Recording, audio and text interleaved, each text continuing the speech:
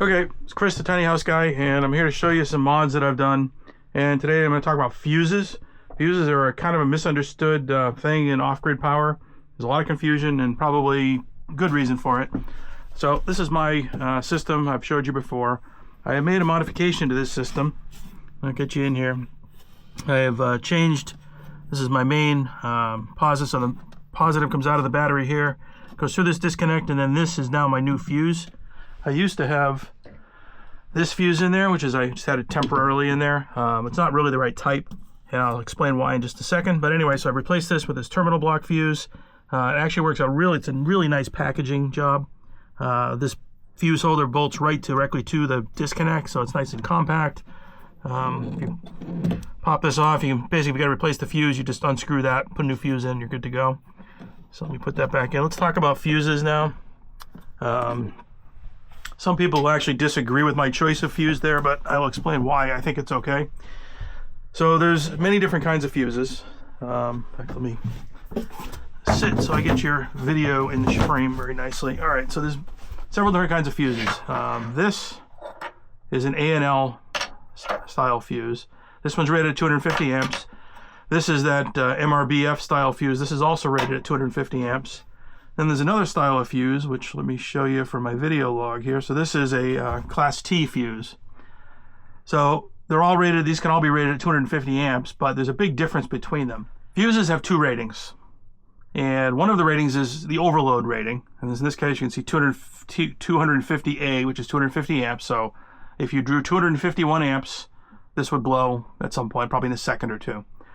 However, there's another rating, which is it's a fault rating. It's basically how much current could it handle under a really serious fault. So imagine that, in my case, imagine I was in here screwing around, I dropped an adjustable wrench, and that adjustable wrench landed across those two terminals.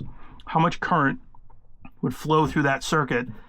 And in my case, I've sort of done the math and taken some measurements, and my estimation is about 8,500 amps would flow.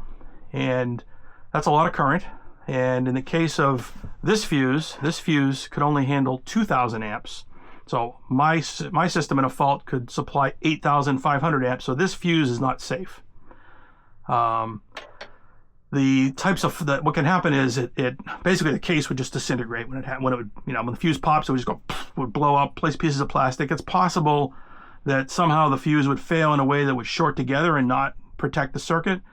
It can also cause something called an arc fault, where the spark actually becomes conductive and current flows through the spark. So this is good for 2,000 amps. It's called AIC, amps interrupting capacity, AIC. You'll see it abbreviated as AIC, but I think when you spell it out, it'll be amps interrupting capacity or interrupting capacity amperage or something like along those lines. All the fuses have that rating. This one's got 2,000.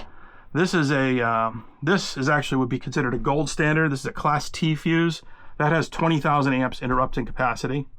And then sort of between these two is this MRBF style fuse. This is good for 10,000 amps interrupting capacity.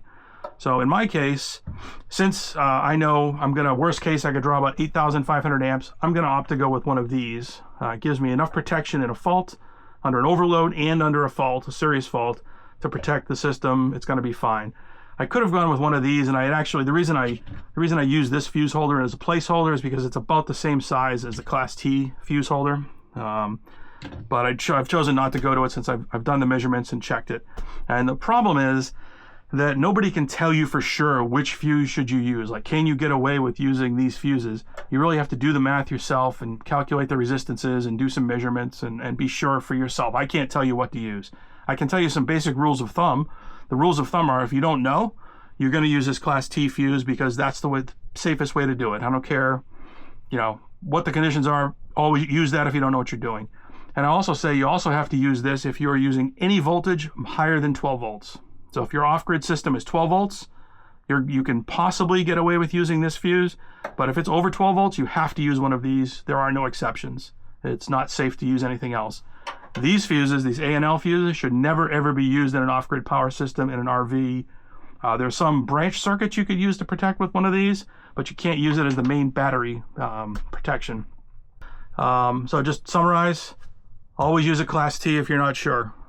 And possibly, and if you're a 12-volt system, you might be able to use one of these, but you got to do the math. So that is my lecture for today.